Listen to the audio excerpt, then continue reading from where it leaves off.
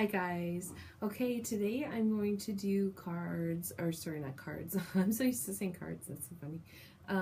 Days 7 and 8 of the 31 Days of Tarot Challenge. The question for day 7 is, what card would you use to sum up 2016? And for me, I'm using the, because I love it so much, the Starchild Akashic edition, and what we have is perspective.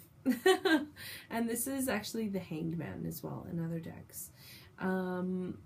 This card really sums up a lot for me because I went through so many trials and tribulations during 2016. Like I was saying, there was a lot of different contrasts, and it really was strength building. But with that strength building, you find perspective. You find different ways to look at your life, the higher perspective. Also, with the Hanged Man or perspective card here, what this says to me is, you know, what I do for a living is very different from what the everyday person, muggle, does. You know, it's very different life, basically. And which has always been me. I've always been a bit different, and you know, I think 2016 was really coming to terms with that.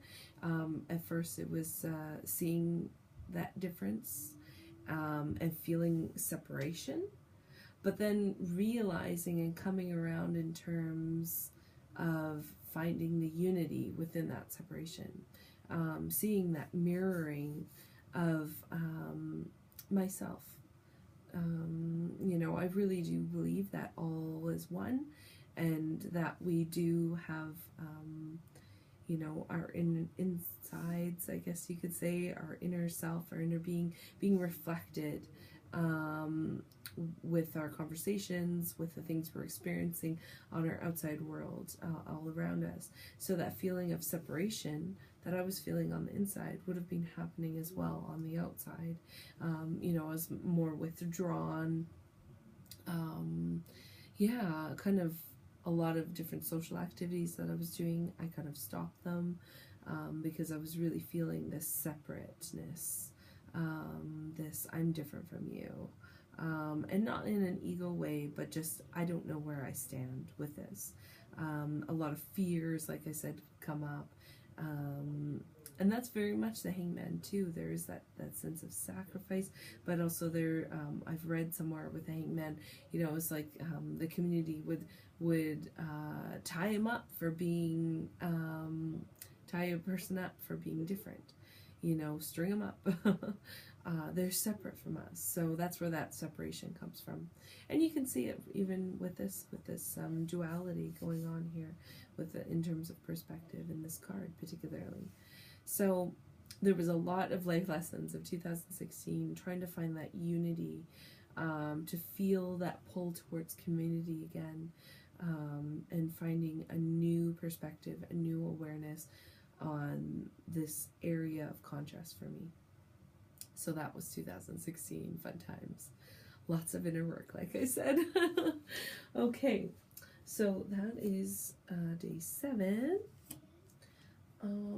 Now, day 8 was most used tarot deck. And like, this is not going to be seriously a surprise to anyone.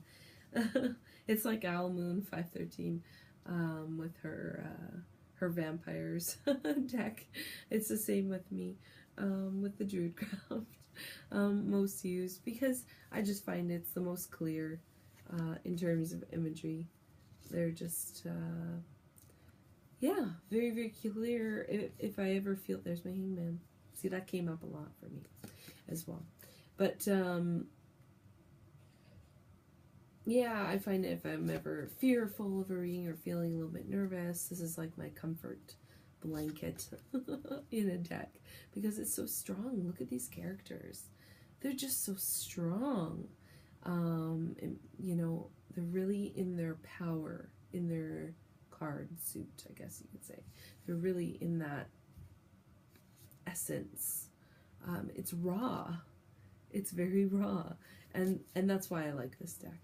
Like even goes down to like, okay, so this would be like the devil, right? I don't know if you can see it, but you can, her face, it's like all made up with like makeup, like super red lips and blue eyeshadow, and it's just like all dolled up, and it's like this superficial kind of face painting, you know. Yeah, so anyways, oh my gosh, I could rant forever. This would definitely be my top deck of 2016, most used, and honestly, it is so worn. Like, I feel like it's